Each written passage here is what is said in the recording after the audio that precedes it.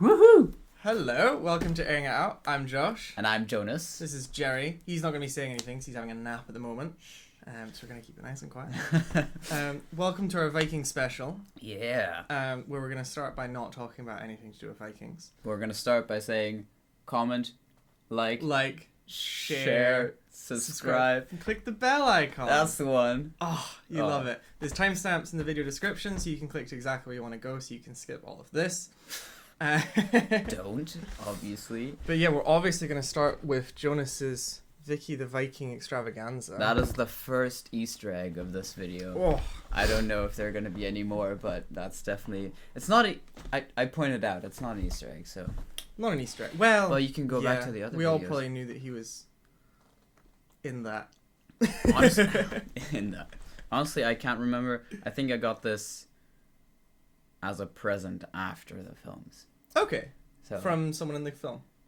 No, I think a friend. It's I feel so bad because it was a present. I'm like, I just totally outed myself that I don't remember. If you're watching it, you can unfriend him on Facebook. Or like at least comment to say like, it was me. I hate you.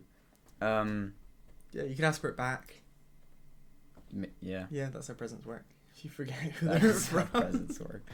Oh my lord. Man. But your parents are in town. Yes, very exciting. They are not here. Otherwise, I would probably spend some time with them. They are out exploring Glasgow, and that's kind of the first thing that popped into my head to maybe talk about. Is I never really know what to do or where to go with people visiting Glasgow because it's just the kind of city I feel like there's. It's not a city that you go to see, you know. Yeah, there's a lot to do, but not a lot to actually look at. Yeah, so it's people asking me like, "Oh, what do you see?" I'm like, I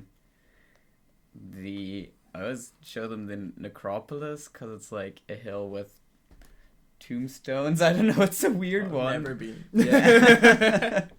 No, I just I don't know. Yesterday we went obviously down Sucky Hall Street and Buchanan Street, which is like the pedestrian area. So it's like all a bunch of shops. But I feel like every bigger city has shops, so that's not like wow. And they're all the same these days as well. So it's like you're not getting anything new at all. No, absolutely not. I don't know. So if you do have suggestions, please comment them. You can go to Edinburgh. Yeah, exactly. No, because they will be here for another 4 days. 4? Yeah. Yeah, so there's time to fill. This is going to go up after they've left, I think. Maybe. They will be coming back. They'll be coming back. And I will hopefully have more visitors, so... Impossible. Friends? We just live here. Maybe family. Yeah, I do have more family than Corona. My parents. Oh. Okay. Whoops. Sorry, very sad. Oh man. That is the low point of our video, but it can only go up. Have you been to the art gallery? They have been to the art gallery last time they were here. That's the only thing I do. That's true. I always show them the campus because our university campus is pretty nice. And then it's like they do have a museum, the Hunterian Museum, and they have a Hunterian art gallery, which is... Yeah, it's okay. There's a lot of weird stuff in there though. So the guy like preserved all like mutated animals. Yeah. So it's like 2-headed pigs. It's really strange the stuff he collected. Yeah. Well, no, please help me out with that. Anyways. With that? Yeah, with I'll do anything. Yeah. Nope. But yeah. Anyways, I have some questions to ask Josh about the stuff he did while we were shooting the film. Because... Revised for my exams? Exactly. Because obviously we were both producing, but I was directing. But Josh also had some other stuff to do during the time. We were very smart to schedule our shooting days right in the middle of the exam diet. Yeah, in the middle of May. Yeah. And then, we did the 2 weeks before my exam. Yeah. So I didn't go on set for the second week at all. Which is, the first week you spent on set revising on set, which is, it was fair. I was there when I was needed. Yeah. Yeah. How did that work out? Like, I can't imagine what it's like to do that. I mean, it was okay. I did. So for those of you that don't know, I study philosophy. And the exam was on formal logic, which is calculus essentially. Very mathsy, very out of my comfort zone. But it meant it was just doing like sums essentially, so it was kind of easy to kind of start and stop. Whereas I think if I was reading like a proper philosophy text, that would have been impossible because you're like reading books, you know. Yeah. Because it was just like I had some maths equations to do, so I could do like 1 or 2 at a time and then help out on the shoot if anything needed done, and then go back to my little revising. It obviously wasn't perfect because I ended up not going to the second week of shoot. Yeah. But yeah. I mean, okay. It went okay. I didn't do too well on that exam. But maths is not my strong point. Anyone that studies philosophy doesn't really expect to be doing. That's true. You said like it's like either you like it or you hate it in that subject. Yeah. So like the thing with it is you get like a correct answer or a wrong answer, which obviously if you're talking about like morals isn't something you're ever gonna get to. Okay. Whereas when it's like, oh, this argument is correct. Yeah. Some people find that really satisfying. I think it takes the fun out of it though. It's not the point of philosophy. No, like you want to have a discussion and convince people of certain views and make them question their own views, not be like, your argument is actually wrong. Then everyone's sitting there like, okay, we can go home now. Yeah, you're like, okay. No, I think that's so, I don't know. It is, in a way, a weird thing to then be a student and I guess shooting a film at the same time, to be like having to split your attention. I don't know. I had an exam 2 weeks later, so I definitely had enough time to finish the shoot, go to London for a few days, and then come back and revise and prepare for the exam as well. But yeah. Definitely our next shoot we will not schedule to film in May. Yeah, I mean it also. We'll that mistake. We had a bunch of actors who were students, so. Yeah, we're lucky lucky to have everyone in on the fun. Yeah. No, definitely. But no, it went okay. In terms of time management, I don't know. I kind of did more of the background stuff for the second week, so I was still busy, but less so. So like I was literally sitting here, making sure everyone got in the right place in the right time. Yeah. Talking about shooting schedules. Yeah, schedules, made everyone lunch in the morning, and then kind of got to work. Honestly, that is so important. Well, yeah, I mean, it wasn't too hard to do, but it just meant I could kind of get home, make some sandwiches up, or however many, like 20-odd sandwiches a day. No, but a fed crew is a happy crew. Definitely. Definitely something that's really important. Yeah. Easy. Good stuff. Well, that was put me on the spot. Actually, yeah. Actually, no, I just said, like, I can't imagine what it's like, but segueing into Wickie the Viking. What? Our main topic for the day. Well, Vikings, at least. I kind of do know what it's like because when I shot, I was in school. Studied, yeah. Yeah, and so, I don't know, it wasn't like the entire... Well, the first one was about 3 months of shooting. I think the second one a bit longer even. What year were you in when you did them? How old are you? I was 10 and 12. 10, 12, okay. So, like towards the end of elementary school and just the beginning of middle school for me. Fair. Yeah. Middle school. Middle school. I mean, 5th grade and 7th grade. No, but obviously the shooting wasn't just in my summer vacation or like that would be the time to do it, to miss the least amount of school, but it was in fall. Like both of them were in fall. It means autumn. Autumn. Language. Anyways. I was like right at the start of term. Yeah. Okay, so that's a bit. Both times. You gotta catch up.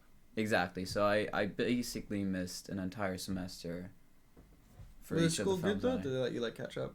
Yeah. So, well, the first time it was like my teachers would send the material to like an online teacher.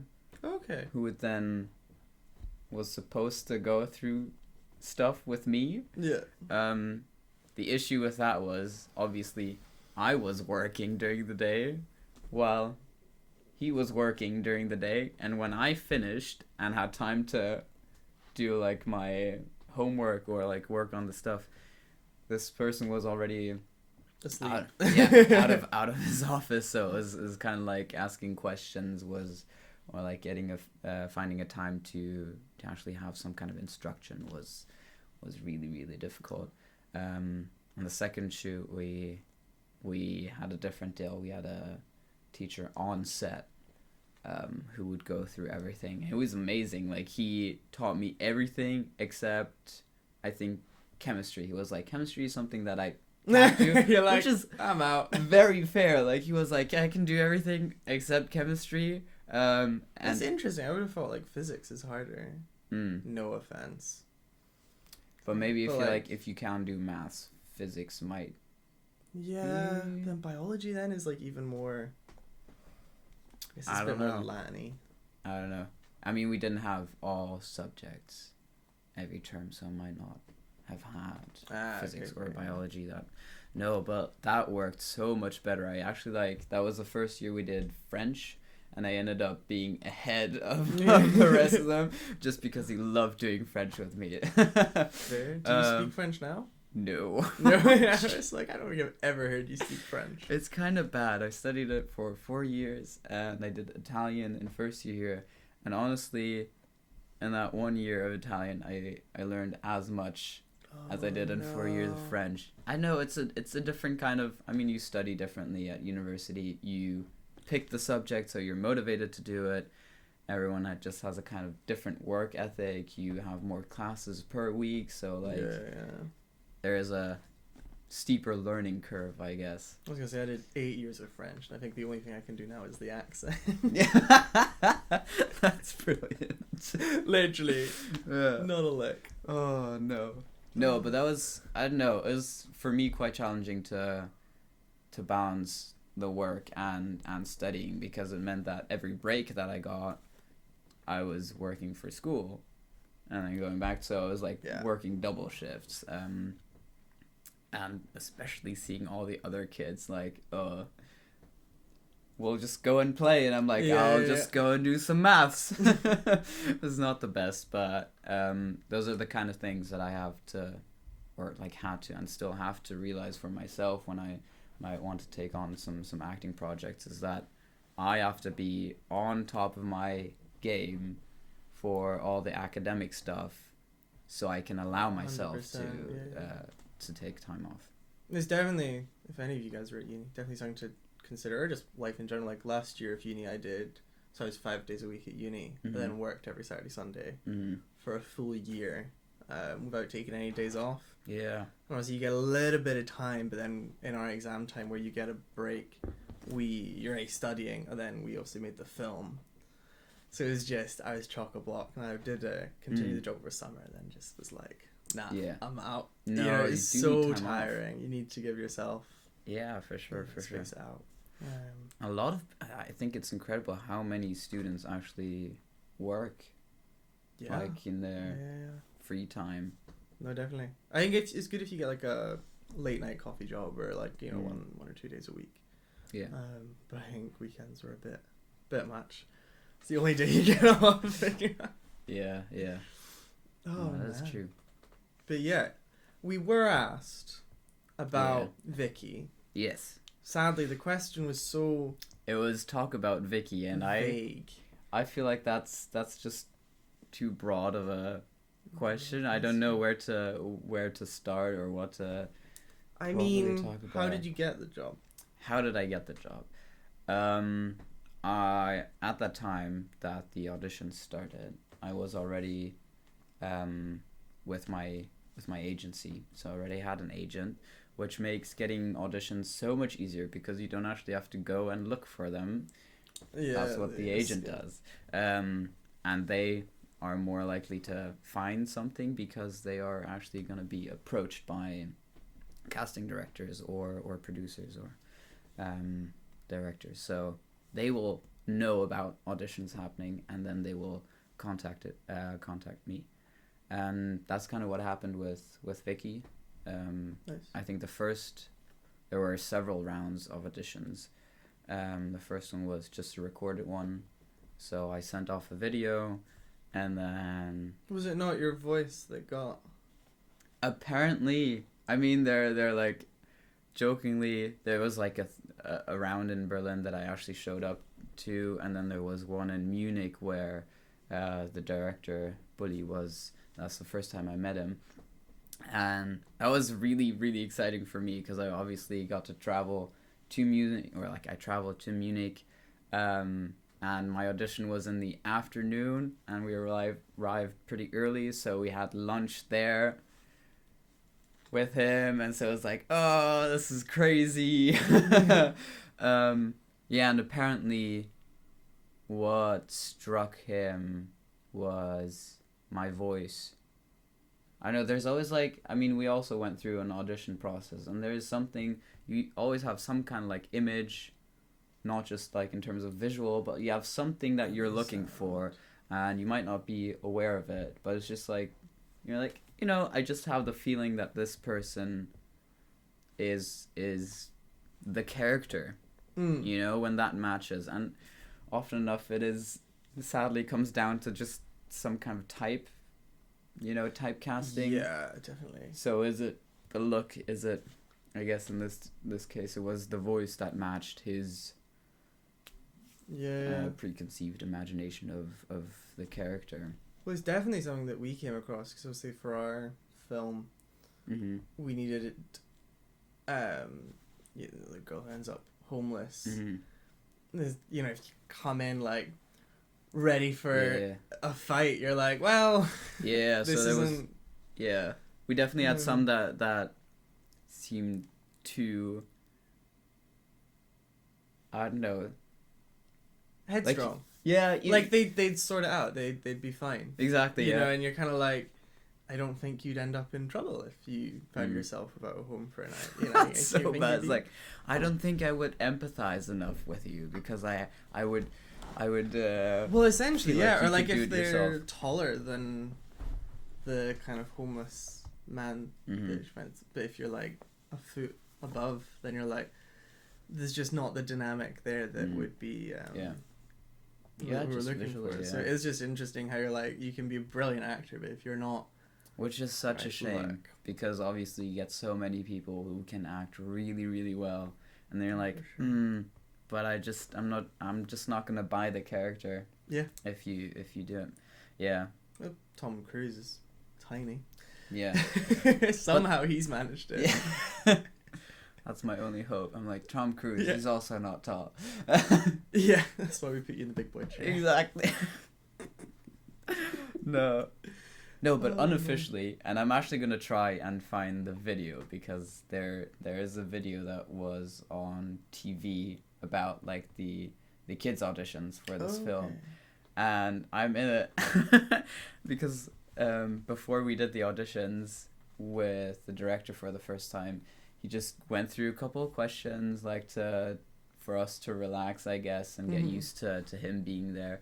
And obviously, one of the questions he asked was about the films that he had done. So, like, do you know Traumschiff Surprise, or do you know Der Schuh des Manitou? And he asked me, what's your favorite film? And I said, Der Schuh des Manitou. And he was ecstatic, because he my film is his favorite film. And because, and this comes out in the video, basically none of the other children knew his movies. It was like, do your research. Yeah, even if you haven't seen them, like, at least know what his films are.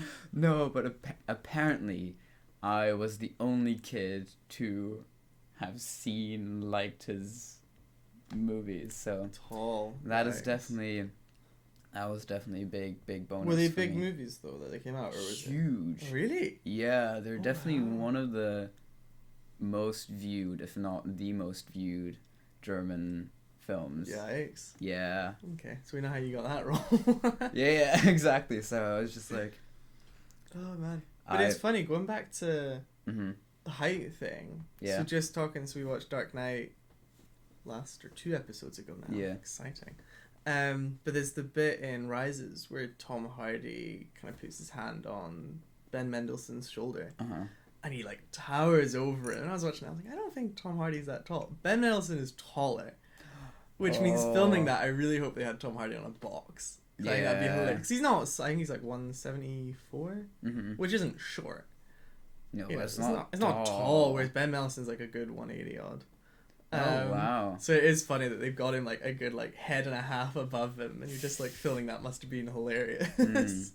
But I mean, that's just the trickery. It goes into so many films. Like if you think about Lord of the Rings, and they had to have like grown-up actors be hobbits versus like a Gandalf or whatever is incredible. Well, even for our film, there's a scene where there's someone that's 6'5", 6 foot. Oh yeah. And 5'4", all in one framing. Like, how do you?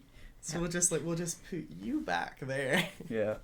We'll just have your shoulder, your face, and then maybe your belly button.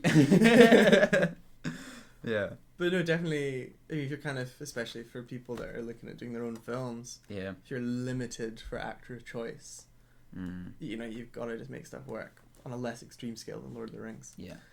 Good luck if you're doing boxes are good. Boxes are very, I mean, yeah, very well helpful. Experienced with boxes. Platform shoes. Yeah. Did you not have to go buy a giant pair of... Why? Thank you for this question. Yeah, it was a film that I shot, it's 2 years ago now. Because Really? it came out last year. Oh, God, yeah. Yeah, it's called Play. It's not available to see anywhere anymore, is it? Probably not. No. It was alright, though. Thank you. Oh, yeah. It was Yeah. No, but for this role, they asked me to go and buy, like, Doc Martens, but the ones with, like, the big platform. I know, it's 5 centimeters, so, like, 2 inches. 2 and a bit, yeah. Yeah, so it's, like, a thick sole. Because the main actress was just 10 centimeters taller than me. Okay. So, like, it reduced the height difference. I was still quite a bit shorter than her. But yeah. No. They were expensive, though. Yeah. I mean, obviously they were paid for it, but, like... No.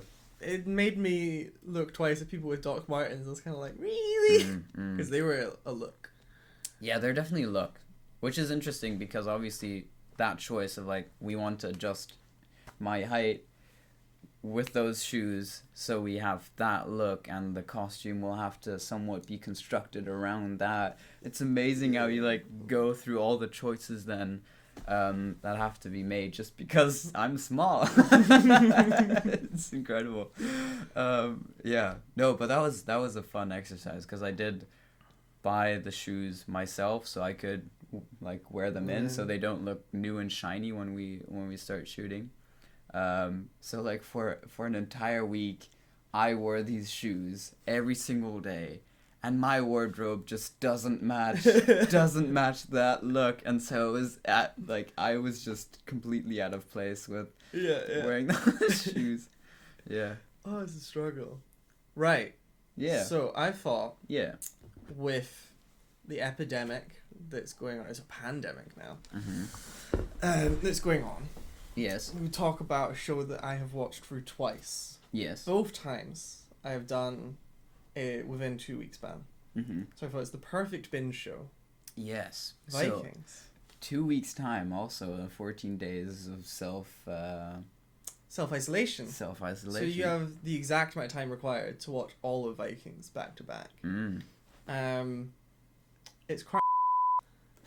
It's really not good TV. It's such a shame. It starts off really, really strong. Literally. Well, actually, what are you talking about? So the last 6A. So it's got 6A and 6B. So there's 1/2 season to go. Yeah. And then the whole show's done. It's been cancelled. But they had a fight scene in that was brilliant. In the last 2 episodes before the final one. Yeah. But it contained no characters that were known, not even like by name. And then it made me think the only other good fight scene in the whole show is the opening scene in the first season. Yeah. First episode, first season. That's it. And then in terms of like complex characters, no spoilers. Well, spoilers. Light spoilers. Yeah. So it's up until season 4. 4.5. They have a really good dynamic between two of the main characters, the main protagonist and the main antagonist. And they play off each other really well. If you ever watch Game of Thrones, it's kind of like watching the kind of thinkers play off each other. But imagine thinkers that can also fight, which are rare on Game of Thrones. Yeah. No, you have like Littlefinger and Varys that are thinkers, but they don't fight. Yeah, or like Tyrion, and then there's no one that's smart and a fighter. I know. Tall? Ramsay Bolton is pretty cunning. Yeah, because he got... That's a conversation for another time. Yeah. Oh, they did his character no justice. Two Ramsays. Yeah, imagine two Ramsays playing off each other beautifully, and then they just decided to ruin it, and the show turned into mindless action, which is fine. I like a bit of action. As I'm sure you guys have noticed already, given that all we talk about is action films. But it's just a bunch of people with shields smashing off each other, hitting each other on the back with a sword. The fight scenes in the later seasons are just like they build up these massive battles throughout the whole season, and then they'll show like the aftermath of the battle and the battle. Yeah, it's happened like at least twice now that there's a huge battle. 3 times. 3 battles? I think it's 3 times. It's 3 season finales in a row. They go through a montage of like where they're showing us what happened before the battle, then snippets of the battle, then like I don't know. And it's just like it just pulls everything apart. You know, you don't have the feeling of what's like happening before the battle, so everyone like getting focused or I don't know, the calm before the storm. You don't really get a good feeling of the battle, like the confusion and I don't know, the terror or whatever, because it's like little snippets of everything. So I don't know, and they did a couple of times now where I'm like, just show us one thing and then just show us the other thing, so we can actually experience it all the way it is. No, because they did it with the big Lagerford battle, and then the brothers when they all fought each other at the end of season 5, and then the last. Yeah. But they made it worse. So they added this weird kind of dream conversation state. Yeah.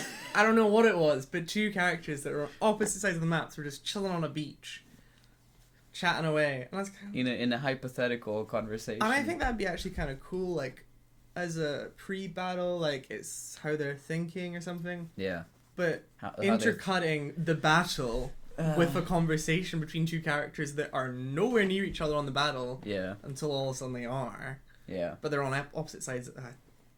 Yeah. It's madness. But it is a real shame, because I think watching it week to week is too slow. It's really, really slow. But I think binging it is the way to go. I'd recommend going all the way up to season 5. So I think the second half of season 4 is pretty good too. Because you kind of follow Ivar. Yeah. He's a strong character. Yeah. I don't know, just it feels less and less motivated. Yeah. You know, what's going on is just like, oh, this is happening, but we don't really care why. Yeah, and I think they kind of messed up. So they changed protagonist halfway through the show. And I think they try and set up Bjorn as the main protagonist, but he's just a bit of a dick.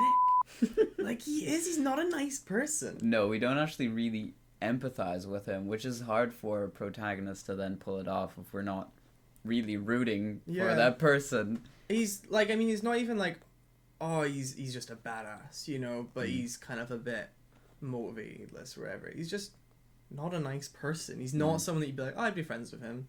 Like, he seems like a really cool person. I'd want to know him. Whereas, compare that to Ragnar, who they had before, you're like, oh, it'd be so cool to know someone like that. Whereas Bjorn, I'm like, I don't know. And then I think they're close with Uba, but not quite. Like if they would make him the new protagonist, I think that would have worked, because just in terms of his character, it's so similar to Ragnar. That's true. But then it's that question of why replace, like, they had to be historically accurate. Are they though? Like what? A little bit. I do wonder. I should probably do some research on that. Well, I've done some Googling. Plenty. Now tell us. You can see how I spend my free time. Yeah. No, so there's a couple Vikings in the past. Mm-hmm. This is if I understand it right. But there's a couple Vikings past that have gone by the name Ragnar. So like the one that sacked Paris isn't the same one that went to England. Oh. Okay. Probably. We don't really know. Yeah. But it's probably someone different. He did get killed by King Ula. But King Ula and King Egbert weren't alive at the same time. Okay. There's like a 20-year gap between one's birth and the other's death. Okay. Like they never coexisted. But it's kind of close. He was avenged by Ivar, who wasn't a cripple but was probably just infertile. Okay. Because that's kind of like what boneless means. That's his nickname. If you haven't seen it, Ivar the Boneless, but it probably doesn't mean he was actually like physically crippled. Who did invade York and took that over, and did command the Great Heathen Army. But that's where it stops. Yeah. Like it's pretty good up till then, and then it just goes mad because they all go back, which didn't happen. So in real life, Ivar ruled over most of Britain. And that kind of followed down. Also, the sons of Ragnar aren't actually Ragnar's sons, which is the weirdest thing, I think. Oh. Yeah, so it's like a title. Oh. Rather than like an actual birth position, lineage, yeah. That's funny. Bjorn was, though. So Bjorn was Ragnar's actual son, but became way more famous. But it's even actually when they went to the Mediterranean in the show for 2 episodes, and they were like, oh no, we need to go back. Yeah. Okay, cool. Whereas that was actually like a huge thing. Yeah, I mean, they were huge traders. So yeah. But I think they just haven't really fleshed out. But in terms of historical, it's loosely based. But I think it's just kind of limited them in terms of... Or when you see, is it Michael Hurst, the writer? I don't know. I think he's the showrunner. Yeah. Anyway, definitely. And you hear him talking about it, and he's like, oh, we just want to have this huge dynamic between all the sons of Ragnar. And on paper, that sounds brilliant. Yeah. But I think because of the way the characters are, you've got Uwe, who's the same as Ragnar.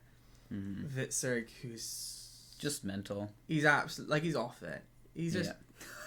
I mean, he spent literally 8 episodes in a row being a drug addict. Yeah. Without any character development whatsoever. Doing nothing. And you're like, okay, Sigurd did nothing.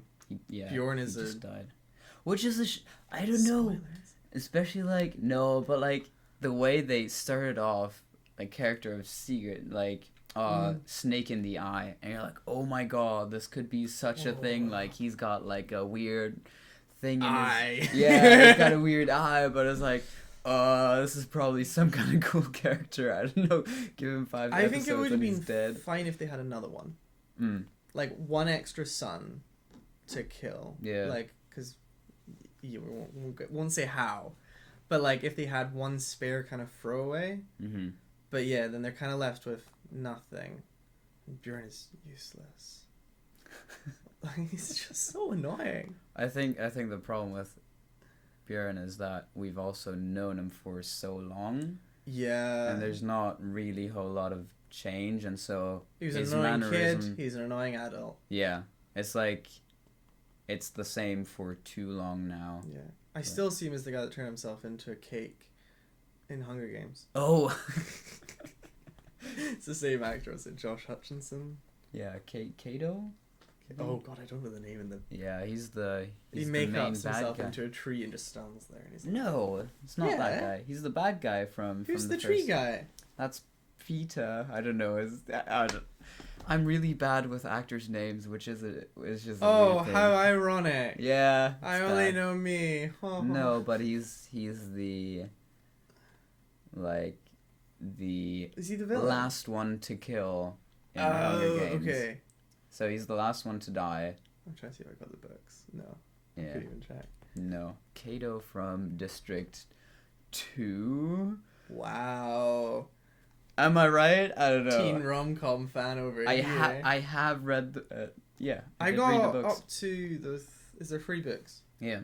I got halfway through the 3rd one and gave up. It's so convoluted. It's like, there's a district. Is it 13, 14? There's like another 13 is the one that. Oh, but they're actually still there. And then let's have this huge rebellion. But then there's another Hunger Games in the city. Yeah, and it's like, I definitely lost interest there as well. Okay, cool. I remember, like, you know, when you just don't, like, if you're reading a book every day, then you miss a day. Mm-hmm. And you're like, oh, should I pick it up? And you're like, well, I don't really need to know. Like, the first one's fine. Yeah. The second one's okay. I don't know. Apparently the sister dies. I remember people being upset about that. Yeah. The films are... But that's on the third one. I don't think I got that far. Mm-hmm. I only saw the first film. Mm-hmm. I really wasn't that bothered. I just don't buy it. I don't know. Yeah, because they messed up someone's character in the movie. I can't remember who's. The boy. There's two of them. It's a love triangle. Oh, yeah. I know, that was totally fine. Like, I think that's what somehow worked in the first one. And then the second one, it's like, it's so wishy-washy of, like, her relationship to the... I love how we're talking about a franchise none of us know anything about. No, I mean, I've read the books and I've seen the movies, so it's like... tell you a thing. It's Katniss, that's all I got. Yeah, Katniss, and then her relationship to Peter. Is Peter the cake boy? He's the cake boy, who not she Josh marries, but, like, is not really That's the thing, though, in the show, like, but she does like him, right? I'm really not sure what they actually intend for her to feel towards him, because it's such a... In the book, it's definitely nothing. It's yeah. Yeah, like, they hate each other in the second book. Yeah. Yeah. No, because they're on the train, forced together to pretend for the public, and... Whereas the film, they were like, it'd be great if they loved everyone. And you're like... It's just not realistic. I thought it was more interesting dynamic in the book that I didn't finish. But it's often that way, isn't it? In the books, it's just a bit more... Well, that does actually, seeing as we have time. Yeah. Talking about books. And TV shows. Yes. And video games. Oh. Going off script here. We are. Not that we have a script. Let's talk about Witcher. Let's talk about, So. The different media. The different mediums of watching The Witcher, or consuming it. What have you've seen the show? I've seen the show. Is that it? You played the game? I've played the game, like, twice. When? Here? A year ago, yeah? Did I make you play it? I don't know, You've definitely seen me play it. And I've definitely, like, had a go, just, like, but not long, I don't know, maybe half an hour of gameplay altogether, so I don't actually know the game. Fair. Yes. So I have read the first book mm-hmm. and listened to the second one. It's on audiobook. Mm-hmm. Played through the third game and all its DLC. Watched someone play through the second game, because I didn't have a PC at the time, and that's the only way you can play it. Well, it's on Xbox, but what are you gonna do? I got a PlayStation. And watched the Netflix show and the rubbishy show that was out before that. That's like, but presumably Polish, actually. That would make more sense. It's really cheesy and campy and rubbish. Okay. So we don't need to talk about that. That's a long checklist of Witcher. Just so people know where we're coming from. Expert, very much not. Yeah, in fact, is it in camera?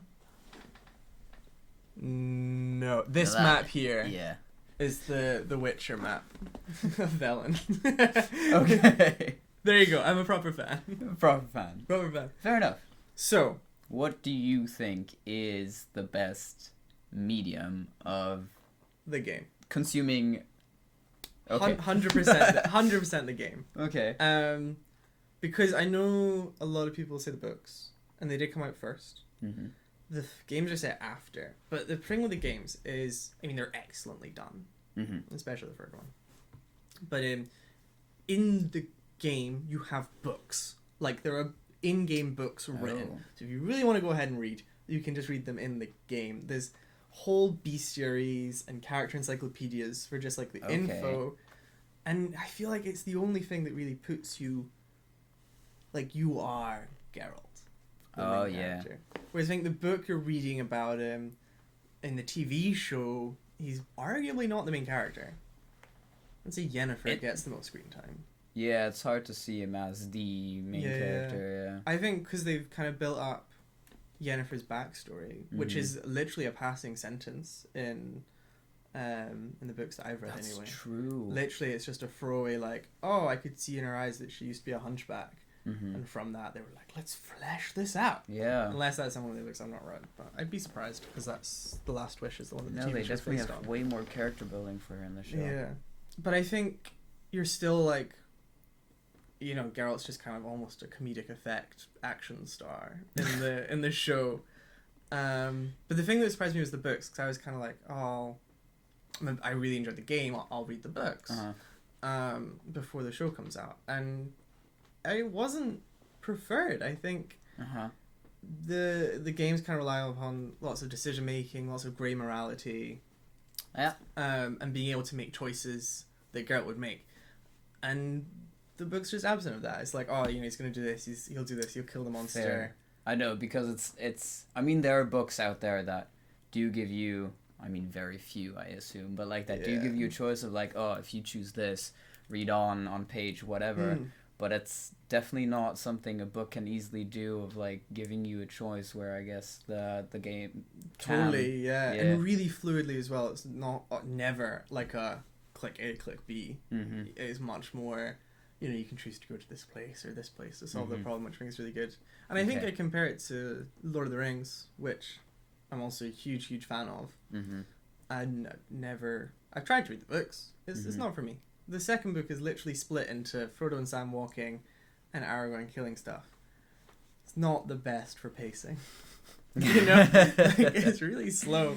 But that doesn't mean you can't go online, read some Wikipedias, learn all the lore. Yeah. So I think I usually do quite well. If there's ever like a Lord of the Rings pub quiz section, you still know everything. Still boss it. I have to say, like, Lord of the Rings, they definitely tried to get the films quite close to the books as well. 100%. So that's why a lot of people are like, oh, the movies are slow. And that's because the books are also quite slow, and they try to adapt that. So I've definitely heard people who have seen the films first and were like, oh, not necessarily enjoying this, and then they went to read the book and were like, oh, I totally get why all of this stuff is in there. Yeah, but definitely with Witcher, like, I mean, it took me about 150 to 200 hours maybe to complete everything. Wow. But compare that to, I think the books are 10 to 20 hour books.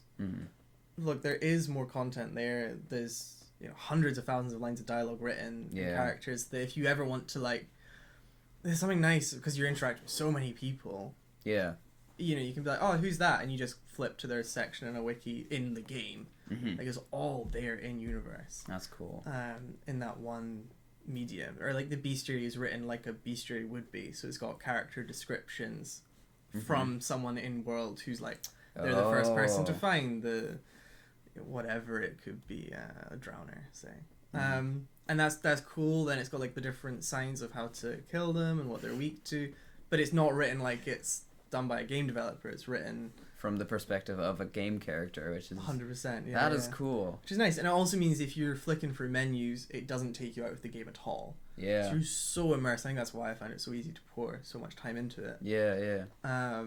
Oh damn. Yeah. Like it's really well done. Whereas I think sitting down reading it, you get a little bit of that where it's like, oh, okay, we're gonna fight a Striger, you know, and these are what it's weak to and stuff, and they kind of touch on it and then go, but you don't get that you are learning the skills, you're becoming a witcher, you are a witcher. Instead it's just you're following I guess Geralt. It is very much like the development of the character in the game also very much matches your development of becoming better and better at playing the game, you know. So it is like the Witcher is becoming good and you're becoming good at playing the Witcher, you know. So it's 100%. And the story is second to none as well. Like, there's so many endings. Thankfully, I got the best ending on my first playthrough. Ooh. Which is why I refused to play. Objectively best ending? Is that subjectively? So I mean, well, so you spend the whole game chasing down Ciri, who is That's actually what they're doing in the show. They're chasing down Ciri. She's a bit older in the game though. But I found her. She survived. It's the big thing. Became a witcher. Lived on the vineyard. I chose Triss, not Yennefer, because Yennefer is a horrible person. She's so mean. I don't get it. I understand in the books, like if you'd read them all then played the games, why she'd be the better romance option. Because she's really nice in the books. Oh. But in the game, she's not a nice person. And Triss is lovely. So it was an easy try. But yeah, you get a vineyard in Toussaint, which is like a wine region based off like the south of France. It's very fairy tale like. And we witchered around together. And Nilfgaard lost the war. The king of Redania died. Because he was a racist. This is amazing. With like, I have no idea what he's talking about. So it's like, it's just like, oh, okay. But that's the ending I got, which I'm sure you'll agree is the best ending. I hope. I could totally go for a vineyard. I played that 5 years ago. I still remember every character. And I played the start a couple times. So I did up to, so you go to Velen, which is like the first region. Yeah. So I've completed that maybe 4 times, but I always know that next step, and I always make the same decisions because I know I made the right ones. Yeah. By luck as well, I didn't Google it. But it's something nice about actually... Would you want to like try and play it and like actually try to make all the wrong decisions? I have. Yeah? I've tried. I can't do it. You get to a point, and some of the lines are so badass where he's just like... So I played it like as a Witcher, so the whole point of Witcher is they're meant to be no political leanings, and they work for money, not for the good of the people. So I always made sure I was getting paid for my contracts, even if they offered, if there was an option to say, oh no, I'll do it for free, I was always like, no, I'll get paid. I'll get the money. I didn't take any shit. But then when it came to people that Geralt was close to, the game does a good job of making you close to those characters too. So if it's like caring for Ciri, I was, I wasn't just a dick to everyone. But that's how I played it, and it worked out really well. That's good. I know you can get more into like the potions and the alchemy in the game, which I didn't ignore, but got less into. Definitely makes it more immersive, but it increases the game time by like double because you have to go around farming ingredients, which I can't be bothered. Yeah, there are enough games that do that. Yeah, No Man's Sky. Yeah. Oh, incredible. I don't know, it's just also like there's so many buzzwords that now struck me as like, ooh, how would you compare that to Harry Potter? With like, in book or like in film books that are now the new trilogy, Yeah. And I'm like, I don't know, because if it really works in the game, because it's also actually part of the game, and I think that's something that Harry Potter didn't do, is like there are books that are now being released, but they never actually were a part of that. Well, even Fantastic Beasts and Where to Find Them was a book in one of the books, right? And then they were like, let's write it. But yeah, you can tell that it's written after the fact, whereas like if it is part of the game, it was developed for the game. As it goes, yeah. So it has, I don't know. It's incredible, and I think the show, I can only see it as like a fan of the series. I quite enjoyed the show. I don't think it's perfect, but I enjoyed it. But I understand how it could be quite alienating, like the time jumps. Yeah, that was hard to follow. Weird one. I think my issue with the time jumps is that Geralt just actually none of the characters visibly change. No, not at all. So you don't actually get the feeling of anyone getting older. So it's like you don't actually know if it is the next day. She's alive. She died 2 episodes ago. Yeah. I guess this is set before. Yeah. Okay. But I think the action choreography was done really well. They leaned into that harder 18 rating. I understand why they gave Yen the backstory that she did. But it'd be nice to focus more on Geralt, because he is... Yeah. At least, in the games, he's such a cool character. I definitely think that's happening, because it was one of, like, the last episodes where it's, like, he meets his... someone who made him the Witcher, though. Is that not it? Did I miss that? Yeah, he has, like, a hallucination while he's out from one of the...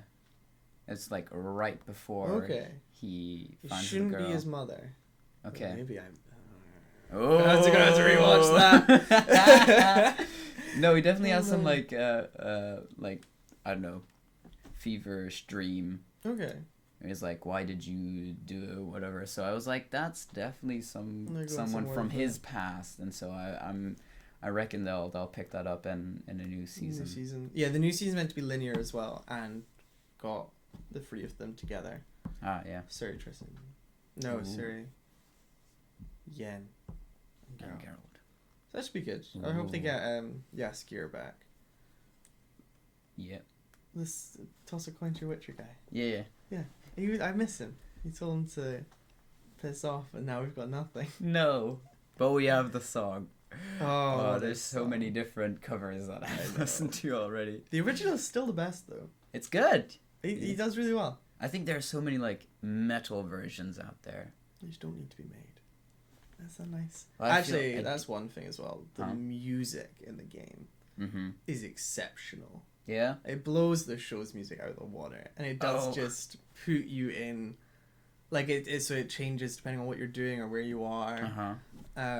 Which, again, listening to an audiobook or reading the book, there's something missing. And yeah, you can put the soundtrack on, but then you're just listening to a video game soundtrack, and it doesn't quite follow where you're at with pacing. I just have to think about like all the things they had to produce to make this possible. You know, the eventualities of like if you're gonna change the music for a decision or like going to somewhere else. Even the weather changes, the music changes with it. You run into a monster, it goes a bit more actiony. Depending on whether it's humans or monster enemies, it's different. That's so much work that goes into like. Say you chose that path and you ended up there. There's so much you missed out on, but like someone still made that. Yeah.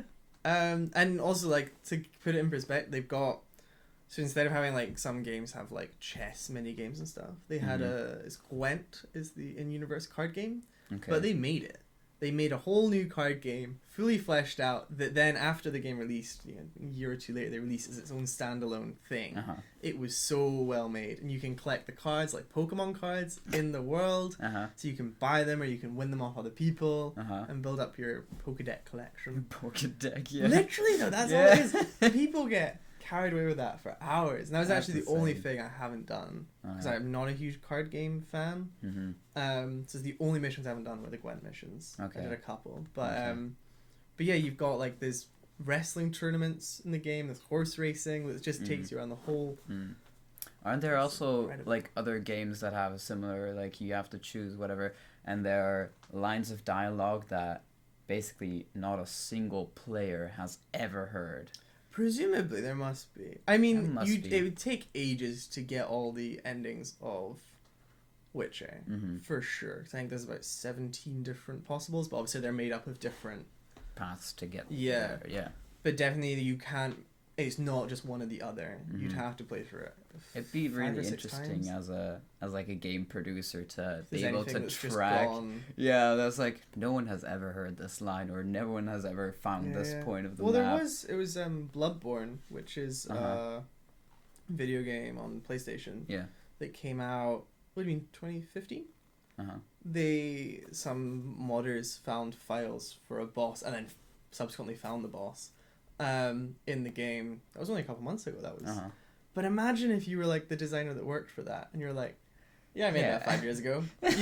No one's ever seen it before. I spent days animating that boss. And it's just not what's in the game, but so well hidden, no one's ever seen it. I definitely wonder. Whereas that's the thing with films and books. Books, you're never gonna. There's no secret. There's no mystery. You're reading every word that's there. No. And the show, you see exactly what they show you. That's true. I guess that's just a different potential for a game. Yeah. But also, it does make you respect. I mean, like we're writing scripts at the moment.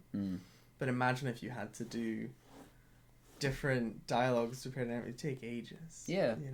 I mean, there are also shows out there like that, like Black Mirror tried to. Yeah, well, that's basically a game. The Bandersnatch episode.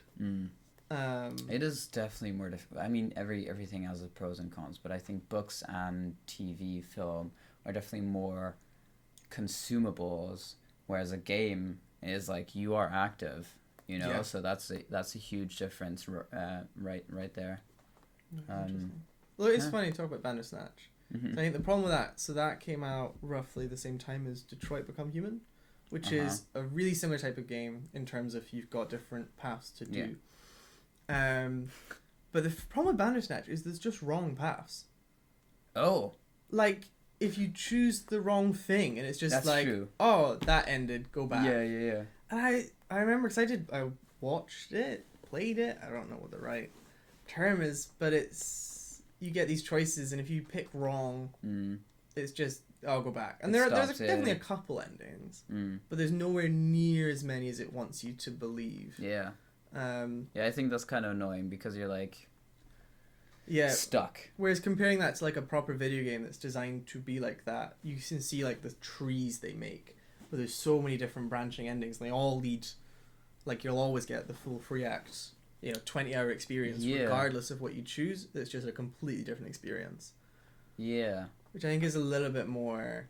No, I think you have to put in a lot of work to have it make sense for a path that keeps on forking to actually, like, some of them not to just expand infinitely, but actually lead them together again, so it does remain contained. Yeah. Whereas, like, if it has, like, there's a wrong choice, then their way of containing it is just to cut off that branch. Yeah, like, there's a bit, do you want to make the game, or whatever he gets offered, it's about this game designer. And then if you say no, it just sends you back to the beginning. It's like... And it's briefly short, but you still end up watching the whole thing. So I think it took me about 2.5 hours to watch the whole thing, which is too long. Yeah. And that was to get to an ending that I was like, okay, I'm done. Yeah. It's on Netflix, so you should check it out. I don't know. Black Mirror is okay. It's the odd episode that's a bit... But I don't know, just in terms of like form, the form that film can take now is certainly very interesting. Just like media changing. Maybe we'll turn into a video game company. No. Never. I mean, video games make quite good movies as well. Like when wasn't it like Red Dead where you can watch the entire game? Like I thought you meant like video game movies. No. I was like, no. But watching cutscenes. Yeah, basically the story. Yes. So that's how I watched Assassin's Creed Odyssey. Because I played that. I got to, 25 hours in and it was going nowhere. So I was like, I'll just watch all the cutscenes. And it took, 6-7 hours. Are we going to do something very similar in April? Going to watch Assassin's Creed with live orchestra. Wow, exciting. Yes. We're going to a concert. Excited. Yeah.